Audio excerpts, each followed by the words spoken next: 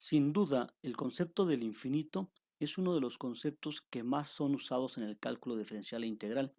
Es importante comprender un poco más sobre este. Primero, entiéndase que el infinito no es un número, no es una cantidad como tal, simplemente podríamos considerarlo como algo que es exageradamente grande, como su nombre lo dice, algo que no tiene fin como tal.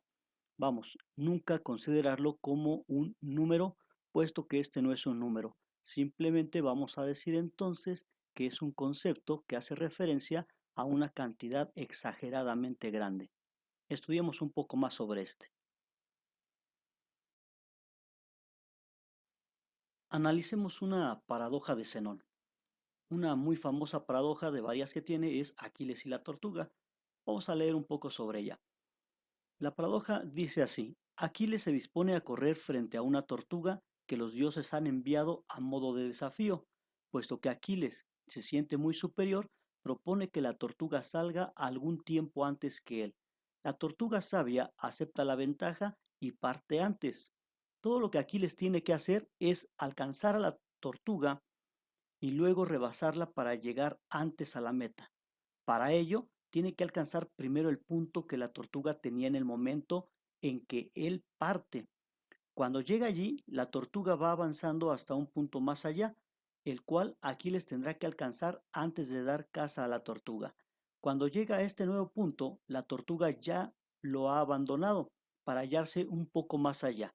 Si la tortuga no se detiene, Aquiles nunca será capaz de alcanzarla. Expliquemos esto. Una de las paradojas muy famosas, como ya dijimos, es Aquiles y la tortuga.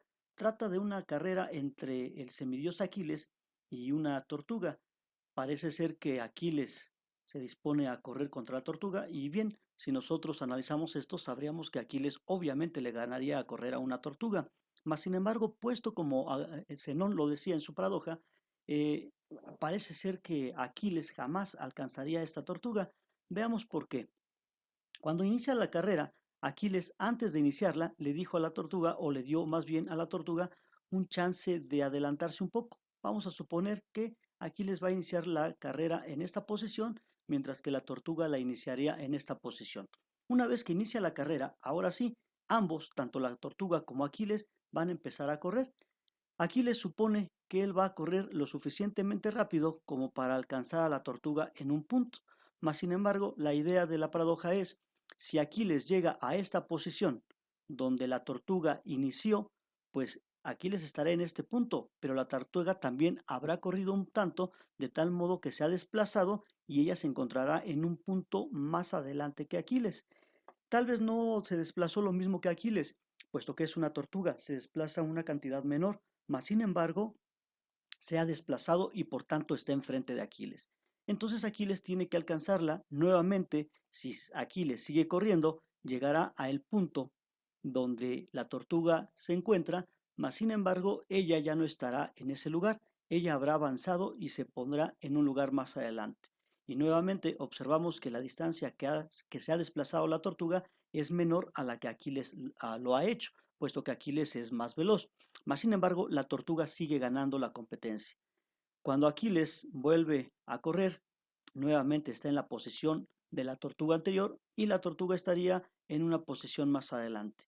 Y así sucesivamente, observemos que Aquiles, por más que lo intente, la tortuga siempre, siempre, siempre estará adelante de él, ya sea cada vez una cantidad más pequeña, mas sin embargo la tortuga estará siempre enfrente. ¿Qué suponemos al respecto? ¿Qué está sucediendo? Si nosotros lo vemos desde la perspectiva de Aquiles, podríamos suponer que simple y sencillamente nunca voy a alcanzar a la tortuga, puesto que Aquiles siempre va detrás de ella. Haga lo que haga, nunca habrá de estar ni siquiera al parejo de esta. Siempre la tortuga va a estar enfrente de. Mas, sin embargo, hay otra forma de ver esta paradoja. Si nosotros la analizamos desde el punto de vista de un observador que está observando simplemente la carrera, ve correr a Aquiles, ve correr a la tortuga, podríamos decir, corre Aquiles, cada vez te falta menos. Si nosotros vamos observando cómo Aquiles se va acercando cada vez más y más y más a la tortuga, podríamos suponer entonces que Aquiles tarde que temprano habrá de alcanzar a la tortuga. Entonces observen cómo, según desde donde estemos analizando la paradoja, según la perspectiva que se tenga, si somos Aquiles, podríamos decir nunca alcanzaríamos a la tortuga. Entre más avanzamos, observamos que la tortuga cada vez está más lejana. Mas, sin embargo, si somos un observador externo fuera de los zapatos de Aquiles, entonces podríamos decir que cada que se mueve Aquiles está más cerca de alcanzar a la tortuga. Es cuestión de un poco más de tiempo para que éste lo haga. La pregunta es, entonces, ¿Aquiles alcanza a la tortuga? ¿Sí o no?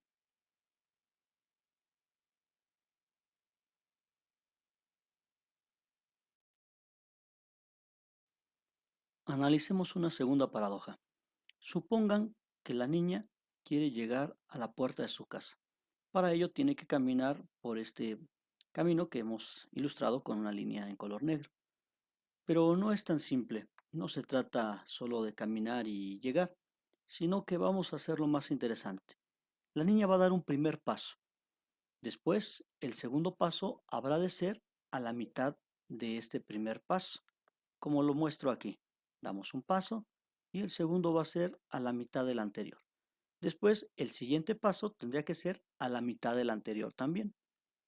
Algo así. El siguiente paso también a la mitad del anterior. El siguiente a la mitad del anterior y así sucesivamente. Cada que damos un paso tiene que ser a la mitad de lo que se dio el paso anterior. La pregunta sería, desde esta perspectiva, si la niña camina de esta manera, ¿llegará a tocar la puerta de su casa? ¿Sí o no? Al igual que hace un rato, tenemos dos perspectivas distintas. La primera perspectiva es desde los zapatos de la niña y la segunda, la perspectiva que tendría cualquier observador que simplemente ve caminar a la niña hacia su casa. Analicemos esta primera. ¿Qué pasa si yo observo que la niña va caminando hacia su casa? Veo que simplemente da un paso, después da otro paso, y aunque los pasos son cada vez más cortos, lo que observo es que la distancia que existe entre ella y la puerta de su casa cada vez es más corta.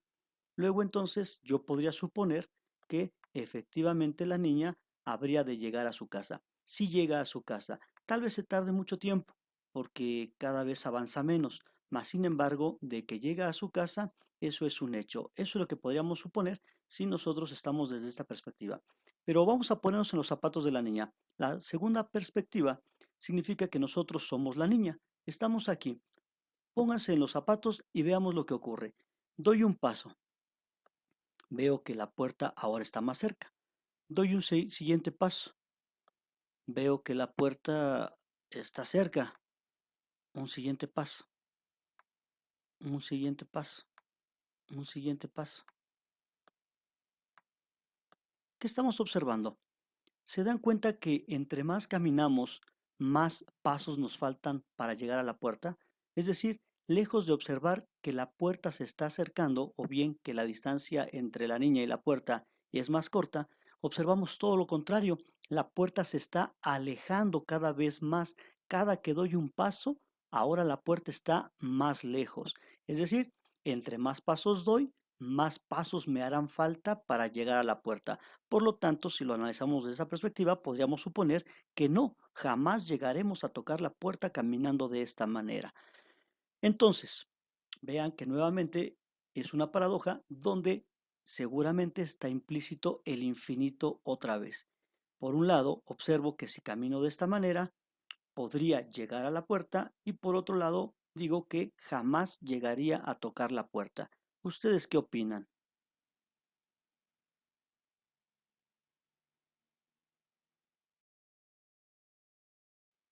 Bueno, después de este par de paradojas, podríamos decir un par de cosas ahora.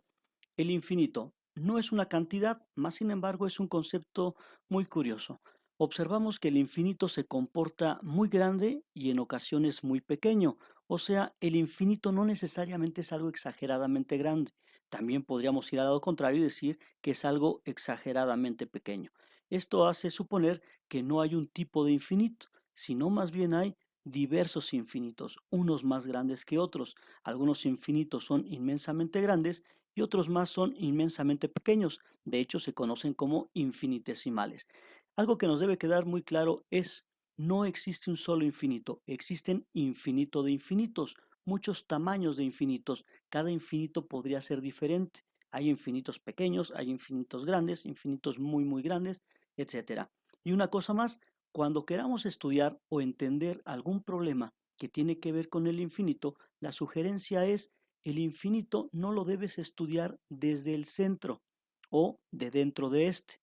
Tampoco lo debes estudiar de fuera de este, sino más bien de ambas perspectivas. Siempre que tengas un problema de infinito, estudia o analízalo desde ambas perspectivas. Ponte dentro de este y ponte afuera de este. Dentro observarás una cosa y fuera observarás otra muy diferente. Y ambas son el concepto de infinito. O sea, en las paradojas que vimos hace un rato, el infinito estaba de por medio. ¿Me falta mucho para llegar o me falta poco para llegar? Ambas son respuestas correctas. Más sin embargo, más adelante veremos cómo estas paradojas ya tienen una solución. Con cálculo diferencial podríamos encontrar rápidamente la solución de estas sin problema alguno. Por ahora simplemente tenemos que entender el infinito. Lección entonces, cuando quieras entender o analizar problemas que tienen implícito el infinito, hay que estudiarlo de ambas formas, de dentro hacia afuera y de fuera hacia adentro.